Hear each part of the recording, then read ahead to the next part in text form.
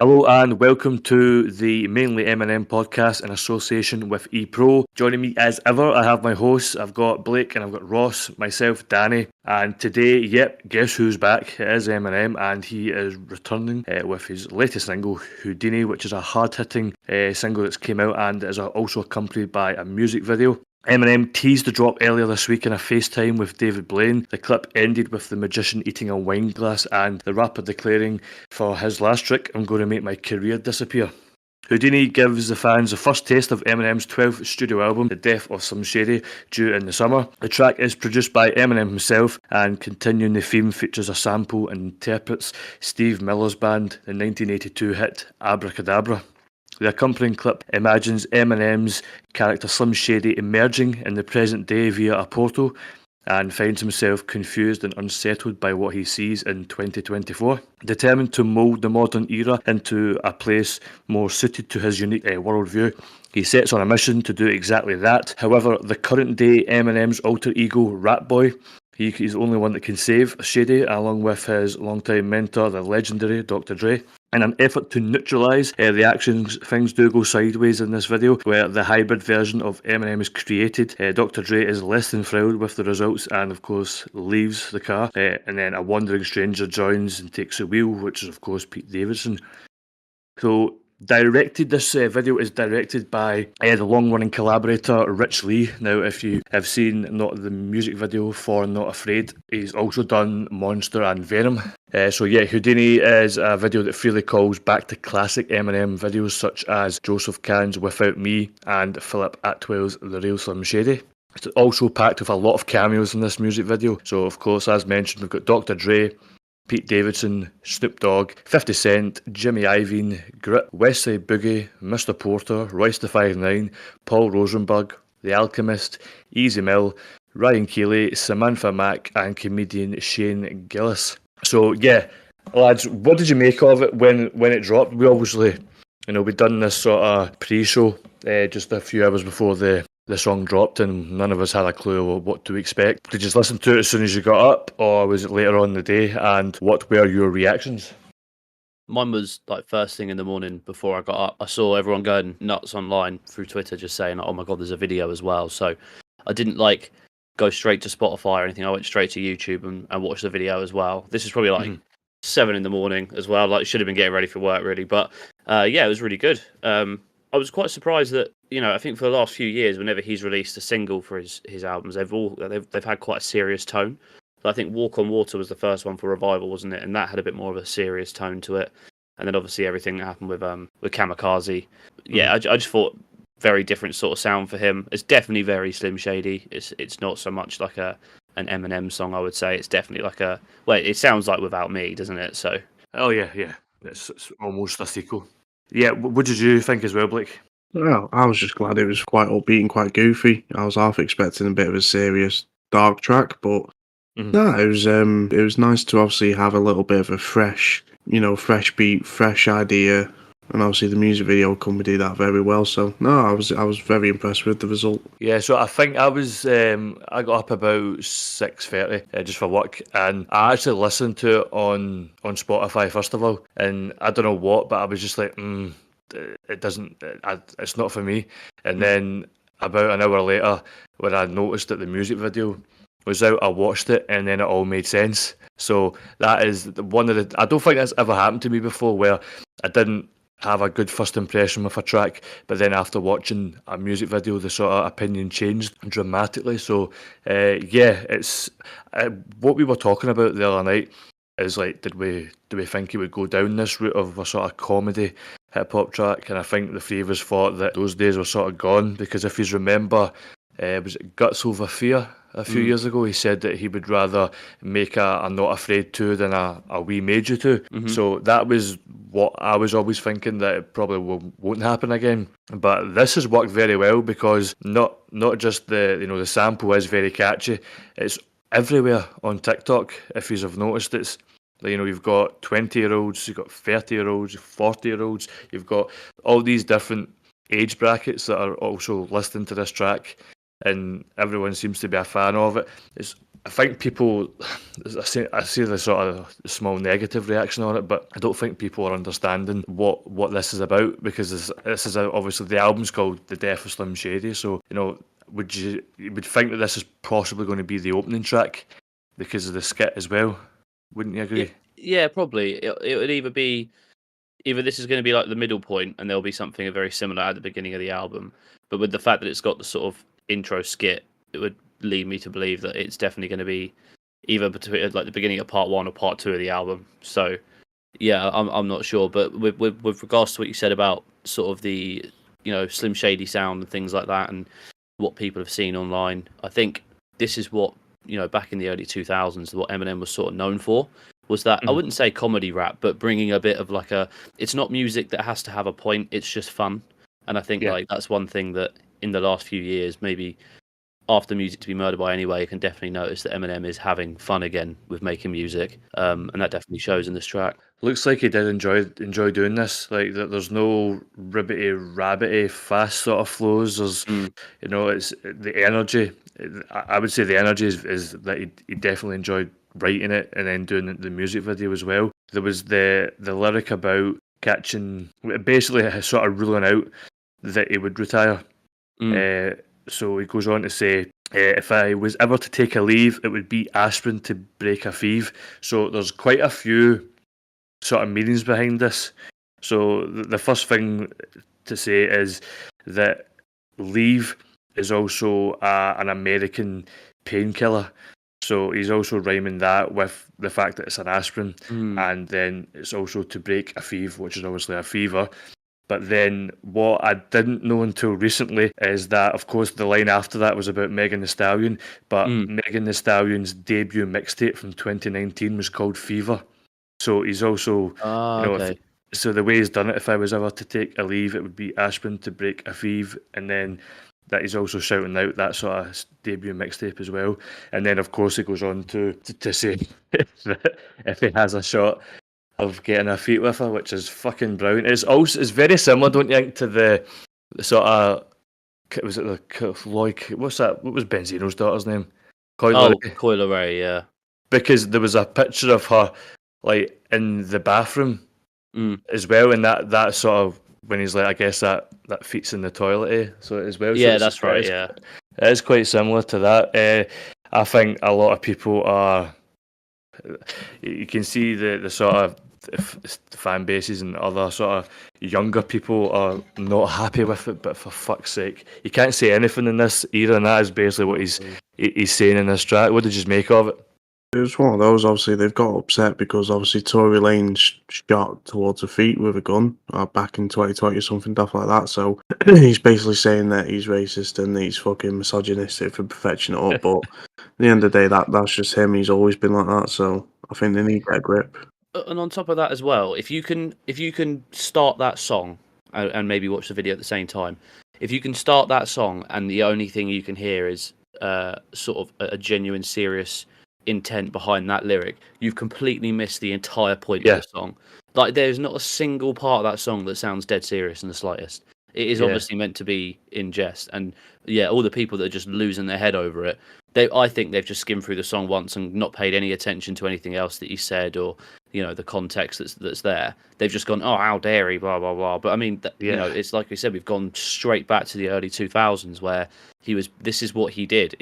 Before you had social media, there were people holding signs up saying Eminem's poisoning our... Yeah, literally. That's all people are doing now. It's just the fact they can't bother to go outside and do it, so they just put a tweet up, and it's ridiculous. But like I said, I just think the whole point of that song was missed by the majority of people that hate it.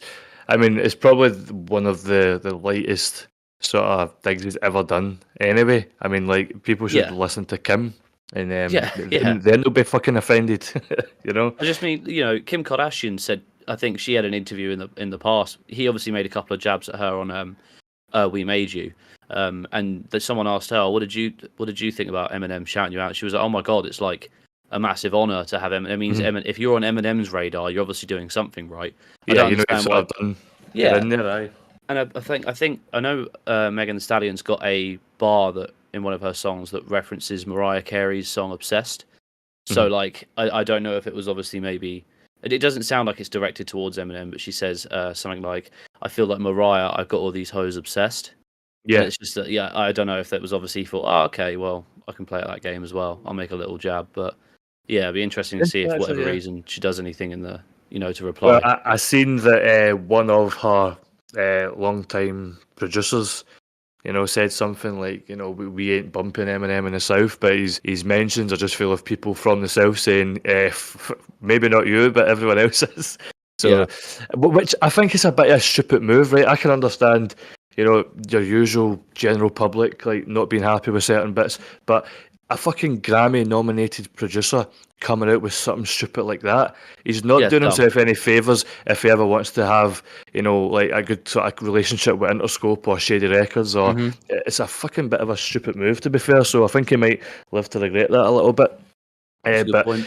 obviously, just sort of sees that, a few of them aren't happy from her camp, but honestly, who gives a fuck? Lighten up. Yeah. So there was some. I mean, there's a lot of statistics from this track already. It's obviously only been out for a few days, but it is Eminem's biggest ever debut of his career on Spotify. So Houdini got 7.85 million streams in its first 24 hours, and it debuted at number 3 on their global charts. So that, lads, in itself is pretty huge, considering that, Kamikaze, Music to be Murdered By, and Revival have all dropped during the streaming era when Spotify was huge anyway. So is that a surprise that it's his highest streamed song? Well, yeah, I personally would have thought maybe Killshot in the last 6-7 years, whatever, would have done more, because that obviously had a lot more sort of coverage around the time anyway. I thought when people would have seen that Killshot came out, then be like, oh my god, I'm jumping on that straight away. But I don't know, maybe it's the fact that he's been promoting the song for the last couple of weeks and saying that something's coming, that people have, sort of penciled it in their diary and then gone, oh yeah, I'm going to jump on that straight away. So yeah, Blake, we've been critical over the years of the promotion side of things, but are you sort of reasonably satisfied with what's going on just now? Yeah, they've been going on about it the right way. Obviously, the only thing which is a little bit disappointing is obviously the pre-order for the actual album. At the minute, is set to US only. In terms of like for some sort of bonus tracks. Obviously, us in the UK and obviously international fans, there's a little bit of kick in the teeth, but at the same time, it's good that they're actually going about it the right way. Obviously, it just goes to show obviously all these stats, and obviously it's going to hit number 1 in multiple different countries, and the album's not even out yet. It just shows what promo can do. Yeah, exactly. So yeah, I would have to agree with that. So for those unaware, you can pre-order the new album on Eminem's website, and you get exclusive content and a bonus track. But it is only available to the US, which is a little bit unfortunate for obviously us being from the UK and everywhere else as well. But it is to help the sort of Billboard debut charts, I would imagine as well, wouldn't it? I think anything outside the US, I would imagine for him and his team is probably a bonus, but the creme de la creme for them is to get that top spot on the Billboard, so you can sort of understand it to a degree, but hopefully they maybe change it in the next couple of days or so. It is obviously, the creme de la creme for them, but obviously, and I'm sure everyone internationally, I don't care what anyone from America says, but internationally, he is so much more respected, and obviously his music is a lot more valued. 100%. And Couldn't agree more. I would say, yeah, obviously having the American fan base is brilliant, but the international fan base is what's talking to where it is. So I don't know. Well, he's been to Glasgow more times in the last 7 years than he's performed in Glasgow more times than he's performed in Detroit over the last 7-8 years, which is a bit bizarre, but that tells its story on its own. That the UK wise, he's been Reading and Leeds a good few times as well, and he's performed. I think he's performed Dublin quite a few times as well. So yeah, the fan base here is huge, and as we've said, he's expected to hit number 1 in the UK charts on Friday as well, which maybe I was just being a little bit sort of didn't expect too much from the sort of performance of this, but if this goes to number 1, this is his 11th UK number 1 hit, 28 years into his career. That's ridiculous. It's insane. I think when we did the live the other day, I think I was quite skeptical as well, saying I don't see it going to number 1. But again, I think this just draws back to the point that he is just a lot more appreciated in the UK and Europe and even like places like the Middle East and stuff, they absolutely love his music. And yeah, I don't know. It's kind of a shame that obviously he's an American artist and maybe doesn't necessarily get the sort of, I think, recognition that he probably deserves now. But yeah, I mean, even so, like, it's crazy that, I mean, I think we've said it before. My parents always used to say that the first rapper that sort of went mainstream from the States in the UK was Eminem. Not like my parents didn't listen to like NWA or anything like that. Yeah, that's right. But it was Eminem that took it. I think obviously it helped that he did that feature with Dido. But yeah, you know, there's no one else that's taken it as global as he has. And yeah, I just think it's nice to see in real time that we're getting Slim Shady all over the world again. To be fair though, like I said on the live, obviously everyone always remembers the first single off an album that gets released, and obviously I think I use Not Afraid as the example of Recovery, and obviously to me Recovery is the best out of all the albums he's done. But obviously, like 9 times out of 10, if you said to someone like what's the first song you think of from Recovery, they always say Not Afraid. So to me, that sets this album up very good, because like we were out today by the seaside, and all of us like randomly walking down the street just saying abracadabra. Do you know what I mean? So it's one of those hits where it sets the album up brilliantly. It's insanely catchy, isn't it? And what I thought was quite funny was like I remember showing my missus being like, "Oh, Eminem's dropped a new single," and before he even started on with the chorus or anything, she went, "Oh yeah, I know the sample," and I was like, "Oh, I actually didn't know it was a song like from before. I didn't know it was like a direct sample, and it almost sounds like pretty much the same. Obviously the chorus is meant to be a reference to the original hook for the original song, but yeah, I think to take a sample, which is what he used to do on his old tracks as well. Like even My Name Is a very old sample. So yeah, it's good to see that he's gone back to his roots a little bit with even not just the content in his songs, but the way they're made and the way they're sort of formatted as well. Yeah, for obviously the original sample, he's changed a little bit of the sort of chorus, but it does work well. Just it sort of blends in really well. And you know, like my old man, he's in his 60s, and a lot of his sort of favourite music was from the 80s. So I did send him the track, and he was like, "Do you know what? That's really well done. How he's done that chorus." And he's like, "I actually like it." So I'm like, "Well, even people in that age bracket are liking it as well." So yeah, it's something else. The commercial performance, as we've said, is looking very strong. So the official charts company, which is the UK's number one, based in BBC Radio 1, announce it every Friday. So at this moment in time, it is ahead in the race for the number one. It is in top of Sabrina Carpenter's Espresso just now, so that will be Friday before we find out officially. If this track goes to number one, it will be his 11th UK number one. Eminem has already gained 10 UK number one singles, and we'll start with the year 2000, guys. So he had 2 number one singles in the year 2000. If you can guess what they are. Oh, I mean, based off of the year, it's got to be, well, from Slim Shady LP, I'd imagine, or from the Slim Shady LP, I'd say. Oh no, Marshall Mathers LP. So yes. Is it going to be Stan? Correct. One more from that album. I've gone blank, you know. I'm trying to think of what else would have been sort of. It must have been radio friendly to a degree. Yes. Jesus. Like Real Slim Shady. We'll try that one. Correct. That's correct. So yeah, Real Slim Shady and Stan was in the year 2000. In 2002, he also had 2. One was from an album, and one was from a sort of collaboration, not a collaboration album, a compilation album. That's Lose Yourself. Lose Yourself, 2002. That's correct. So there's another one from the year 2002. Is that going to be Without Me? It is, exactly. Yeah. So 2004 there was one, and in 2005, so you're looking at Encore. Mockingbird? No, it was not. Encore, you said? Yeah, so you got probably the two biggest tracks from it. I know Mockingbird's big now, but maybe not as much at the time. Arse Like That? No.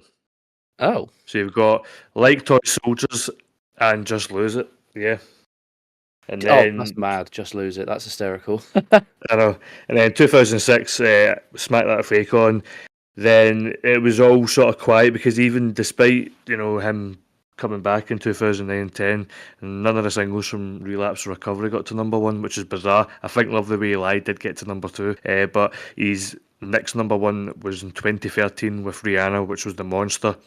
Surprisingly enough, well, not surprisingly enough, Ed Sheeran's collaborating on this. So River got to number 1 in 2017, but I don't think it really done much in the stateside. And then Godzilla, of course, that got to number 1 just 4 years ago. Yeah. See, that's what surprises me out of that is like I remember I think when Recovery came out, I would have been in the early years of secondary school, and literally Not Afraid and Love the Way You Lie were absolutely everywhere. I genuinely thought one of those would have made it to number 1. I don't know who it was that kept him off, but it must have been someone else, someone huge that sort of kept. Because I think I could be wrong. Didn't but Graduation come out then, or was that the year prior? That's a good question. I'm could have been curious. around about that area. Because I know a lot of those songs did end up hitting number 1. So yeah, it looks like Love the Way You Lie was kept off of the top spot because of B.O.B's Nothing On You featuring Bruno Mars. There was a few as well. There was Jason Derulo riding solo. There was also a David Guetta as well. So there was a lot of those sort of summer tracks that were kicking about back in 2010 as well. So bit of a surprise it never got to number 1. But as we said, it is looking good for Houdini. Number 1 on YouTube as well for the third day in a row. It's currently sitting at just over 28 million views as well. So Jesus. yeah, I never thought of this, right? See, in all honesty, I thought the single's going to come out. There's going to be, obviously all the fans are going to love it. There'll be your other average fans that might not like it, but all I'm seeing from all the pages that you see in the timeline, it's just all positive. Like as I says, TikTok is very positive as well, and yeah, it's going to do well. This is going to be arguably his biggest sort of commercial track since probably, I don't know, 2013 was Berserk was probably quite a. I know Godzilla done well when it came out. I know Lucky You was quite big, but I think this is going to obliterate them, all of them. To be fair, I mean, it's looking that way. Do you think he enjoyed putting the do-rag back on? oh Yeah, I was actually going to talk to you guys about that. I don't know if that's something you want to go into shortly, but did they have like a body double and then de-age him, or because he had it'd be a deep fake. Because obviously, all they've got to do is obviously put a bit of makeup over the tattoos, which he didn't have at the time, and then obviously you can edit the color of his hair, and then it's just a case of deep faking or CGIing out his beard, which can be done. Well, I mean, it looked really good. Like the scenes where they were where like old Eminem and new Eminem were sort of stood next to one another. I wouldn't have been able to call that and go, that looks fake at all. I thought it looked really good. The generative AI used in the video was created by Metapsych with Joe Pillay and Chris Hume as a supervising production. So it looks like it was Eminem that was involved in all of it. And that's the thing, you may as well, with the technology being available, they've been using AI and deepfakes, for years in films anyway. So, it's quite a clever way to do it. The music video must have surely been done in and around the same time as the Super Bowl advert. Could have been. I was wondering when it must have been done as well, because to have it obviously ready and edited and sort of put out like as quick to go, it must have been done around the time that I thought maybe finished and edited by the time that they made the announcement for the album when Dre was on with 50 Cent on that show. I can't remember what show it was off the top of my head. But that must have been when they decided, yeah, this is the go-ahead now. Like, we've got the single done, we've got the video done, go ahead and announce it, and then we can start the rollout. So, but I can't quite work out when they must have finished it. You might be right around the Super Bowl time. The character in the video, obviously the Super Bowl advert, and then obviously the one that comes through the portal. It's the exact same one. Obviously, the only time it was different is obviously the 2002 version, and the one where it goes to that underground parking lot rap battle thing. Yeah, I'm about to blow your mind even further. 4 years ago on the track Unaccommodating, he goes on to say, "But I know magic, and here goes my last trick. I am about to say abracadabra and pull a bee rabbit out of the hat." So he's fucking known that. He's known that he's going to be doing this track for 4 years. That's crazy. There's no way that he can say, "But I know magic, here goes my last trick. I'm about to say abracadabra and pull a bee rabbit out of the hat." That is fucking insane. Yeah, I mean, we were talking about it the other day on the live about sort of the idea of concept albums, and maybe it was a matter of he had come up with a couple of concepts, one being Music to be Murdered By, and then one being Coup de Grace or The Death of Slim Shady. And he might have gone, oh, okay, well, I'll do one for now, and then actually just decided, oh, fuck it, I'm going to do both of them. So that might be very well why he sort of put that little breadcrumb in there for us to, because I wouldn't have known that. I wouldn't have picked up on that at all. I wouldn't even, until maybe I listened to that song again. But yeah, until you pointed it out, I would have had no idea. It's like TikTok people that are honestly helping me out with some of this stuff. Like, apparently there's been laying a lot of Easter eggs about this sort of this track and this album for years, as we've obviously known with the Super Bowl advert as well. So interesting times. When do we think the album's going to drop now? June? End of June? July? Yeah, it's got to be July because it still says summer, doesn't it? So it's got to be July, I think. End of July, maybe beginning of August. July 12th. You reckon? Yeah. Yeah, the only reason I'd say maybe not 12th is because that's the second week into the month. If he was to do it on the 5th, he's beyond the point where giving a shit, really, obviously. Suppose. I don't think that matters though, middle of the month. Yeah, it would make sense to do it at the start of the month, but yeah, I mean, surely for like sales, like you know, monthly sales, etc., like that, you want to start it like calendar month, right? You want to do it because if every artist releases on the first Friday of every month, you get 4 full weeks to work out how much it sells in a month, for example, and you can probably easily track it. But I don't know how obviously industry sales and CD sales and song album sales all that work. But I just thought it probably makes a bit more sense for him to do it either at the beginning or the end of a month. But then at the same time, obviously from Interscope's point of view, obviously they didn't release Billie Eilish's midway through May. Yeah. Oh yeah. I don't think it matters. Like, Music to be Murdered By was the 17th of January. Like, Kamikaze was okay. That was the 31st of August. Revival was the middle of December. So I don't think they work it that way. They just work it on first week sales. Okay. Sales after 2 weeks and 3 weeks and so on. So I think you'll find that they can drop anytime. But someone did say that, was it Houdini? So it was something to do with, what was the line he said before Houdini? Was it Papini or something? Oh, the kidnapping? Is that what you're on about? Yeah, he said, I've got it in front of me. He said, because caught sleeping and see the kidnapping never did happen. Like Sherry Papini, Harry Houdini, I vanished into thin air as I'm leaving. Yeah, so basically, Sherry Papini is a Californian stay-at-home mum who faked her own kidnapping in 2016, disappearing for 3 weeks before reappearing. So if you're suggesting that could be the way, then the album potentially could drop on the 21st. Oh yeah, I see. The 21st of June. Yeah, 3 weeks. Yeah. So that's what people are saying. Whether it happens, of course, we'll find out. But a lot of could be 3 weeks after that. Watch this space. I'm just glad we're getting the silly lyrics back. I'd never thought I'd hear him say anything like he'll hit an 8-year-old in the head with a participation trophy. Like I thought the days of him trying to get away with that stuff would probably be long gone. But he even mentions in the song, doesn't he, that he knows full well cancel culture is going to try and come for him. But yeah, I'm just glad we've got such a Slim Shady vibe again. Yeah, so it's interesting to say the least. As I said, the track is brilliant in its own, but the commercial performance that it's looking like it's going to happen is impressive. So thanks to everyone who has joined us, and we're going to be back in a matter of weeks, potentially 3 weeks now as well, once the album maybe drops. So yeah, just the usual. Everyone that follows us, if you can just of course subscribe, and we'll be back in a couple of weeks. Thank you.